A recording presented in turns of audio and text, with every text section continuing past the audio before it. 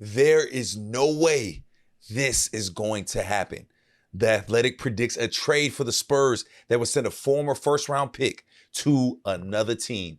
We'll break down the trade and why I think this cannot happen if the Spurs want to continue to make that push to be one of the best teams in the Western Conference. What's good, Spurs Digest family? I'm Brian Colbert here to break down an interesting scenario that the Athletic painted about one of our first round picks. Before we dive into that, make sure you hit that subscribe button. We are growing at a rapid rate, and that's because of the best fans in the world, the Spurs Digest fans. Y'all have supported so much, and we have so many great things coming because the season is quickly approaching. And as the season is quickly approaching, we understand how this goes. There's going to be speculation. There's going to be rumors.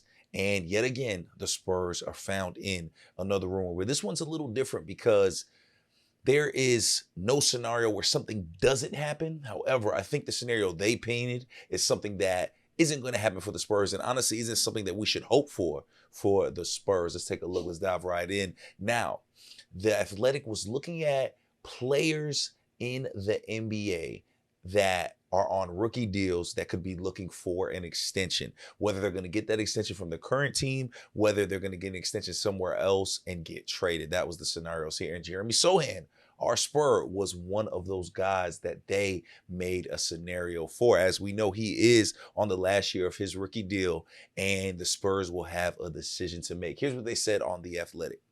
I would like Sochan's odds of an extension much more if he's traded before the season starts. But I don't think he fits in to San Antonio. He's already proven that he's neither a point guard, nor a backup center, nor a power forward who can share the floor with Victor Wembanyama. We're running out of things he can be. That said, on the right team, I still think Sochan is something with a value of $9.6 million. I would see a team trying to acquire him before October and inking something like a 3-year, $30 million extension where they bet on his upside. But would Sochan even sign that type of deal right now rather than bet on free agency? Maybe not. Some very interesting words from The Athletic on a guy that we have seen struggle to find a role in the NBA, but I do not feel it's because of lack of talent. I honestly think it's the opposite. I think that he is so talented, the Spurs have had to ask him each and every year to do different things because of their lack of talent in other positions. Now, Jeremy Sochan, these numbers last year didn't look like what necessarily you wanted them to look like. However, we have to understand the previous year, they tried him out at point guard. And that was mostly because of the lack of talent at point guard at the time. We needed size. We needed somebody that could guard the perimeter. We needed somebody that was going to force guys inside and make Wemby look like an incredible freak that he is. That's the things we needed Sochan to do. But now that is not the case. This year was not the case for that. He struggled to get healthy. But when he was healthy, he had games where he looked good. To me, I just feel that there is a number of reasons why I do not agree with the take on why Sochan needs to get moved and doesn't fit. The first one, what did he say? Not a point guard. Now, that is true. That is 100% correct. We saw that Jeremy Sochan is not a point guard. But again, he does not need to be a point guard on this team.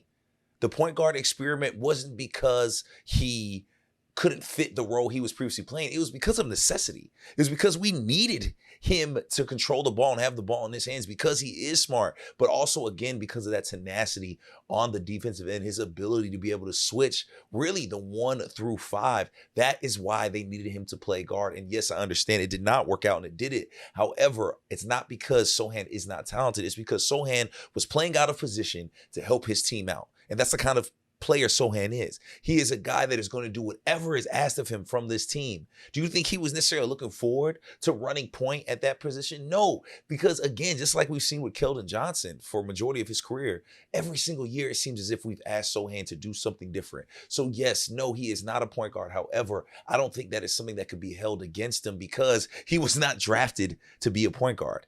This team does not need a point guard. So to me, I don't really understand that critique. But then he also says that he's not a backup center. And I personally like what Sochan brings to that role, especially now that we have actual backup centers with size, backup centers that can shoot. I think there's going to be times, especially with all the guards we have, that we're going to see Jeremy Sochan at the 5, and it's going to work in our favor. The athleticism, the way we're going to be able to run, the way we're going to be able to switch, the way we're going to be able to move.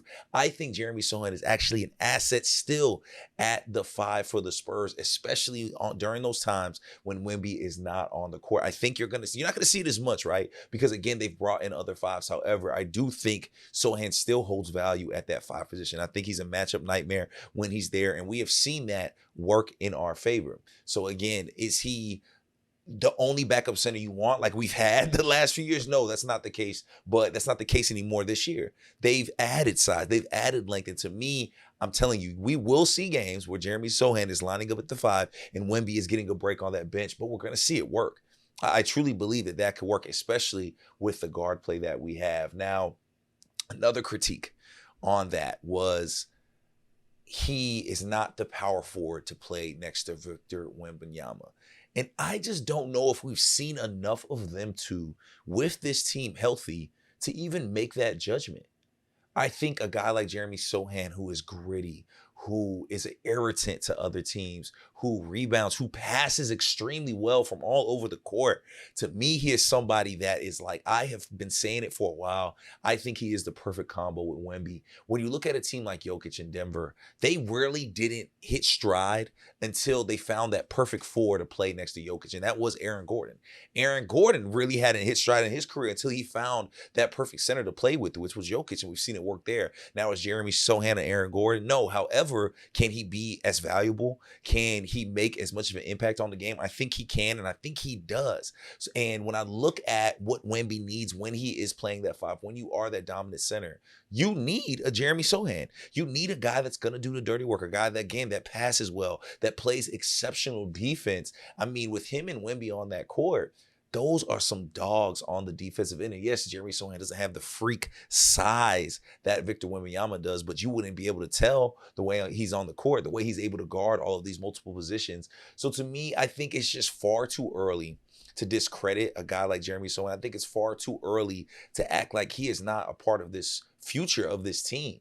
Now, the thing that really stood out to me, that was just egregious and crazy to me about this, was what he said the Spurs would trade him for, and that what a team would be paying him when they trade him. If you're telling me right now that we can get Jeremy Sochan for $10 million a year for 3 years, you're telling me we can get a young man like Jeremy Sochan for $10 million a year. You're telling me the Spurs don't want to do that? You're telling me that's not an investment they want to make where there's other players that are going to need money? You're telling me you could lock up a guy like that for $10 million a year? That's what they're suggesting. Now, I don't think that's going to be the case at all. I think that other teams will pay Jeremy Sochan more than that. But if you are telling me the scenario is Jeremy Sochan taking a $9.7 million deal with his next contract, oh, the Spurs are locking that up. The Spurs want him to go ahead and take a deal like that, because then all of a sudden, now you have a player that you can keep in your future, a guy that you invested a first-round pick in, but also somebody that's not taking a lot of money off of your book. So when I see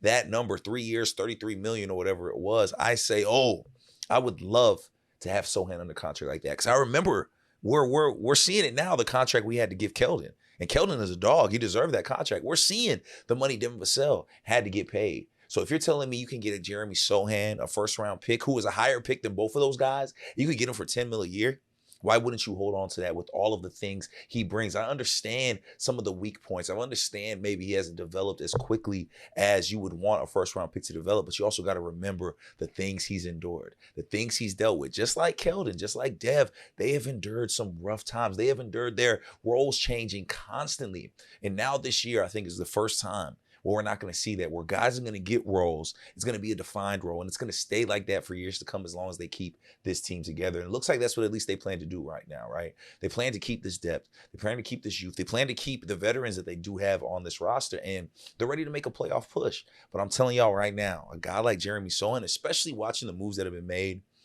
the success of the Spurs is going to rely on players like him, players that do the dirty work, players that do the little things. Let us know what you think in the comments. Do y'all think Jeremy Sochan should get moved before the Spurs even have to give him an extension? Would you be willing to give Jeremy Sochan an extension at the right price? Or do you think you've seen enough of this? Do you agree? Do you think he is not a power forward that can play with Wemby? We know y'all are very, very vocal about Jeremy Sochan. And y'all know since jump, I have been somebody that's been on Team Sochan, especially since we've drafted Wemby. I think he is the perfect four to play next to Wemby. But we want to hear from y'all. What do y'all think about this? Because again, regardless of how this plays out, the Spurs are going to have to make a decision.